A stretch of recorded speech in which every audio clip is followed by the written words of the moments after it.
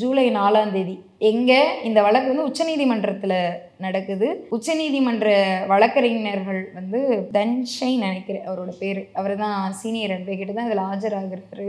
இன்னைக்கு வரைக்கும் அதில் என்ன பண்ணியிருக்காங்கன்னா, இப்போதான் ஒரு 2 நாள் முன்னாடி சிறப்பு விசாரணை குழுன்னு ஒன்று போட்டிருக்காங்க. அதாவது SITன்னு ஆங்கிலத்தில் சொல்கிறாங்க, ஸ்பெஷல் என்கொயரி கமிட்டி. ஓகேங்களா, சிறப்பு விசாரணை குழு போடுறாங்க. அந்த விசாரணை குழு கூட இது வரைக்கும் என்ன பண்ணியிருக்குன்னா எதுவுமே பண்ணலை. இப்போ கர்நாடக முதலமைச்சர் சித்தராமையா கிட்ட கேட்டோம்னா, யாரும் எங்களுக்கு அழுத்தம்லாம் கொடுக்க முடியாது, காவல்துறை விரும்பினா சிறப்பு குழுவை போடுவோம்னு சொல்றாரு. எதுக்கு சொல்றாரு? உச்சநீதிமன்றம் நீ சிறப்பு குழு அமைன்னு சொன்னதுக்கு சொல்றாரு. அப்ப நியாயப்படி ஒரு மாநிலத்தின் முதலமைச்சரா அவருல கொதிச்சிருக்கணும்.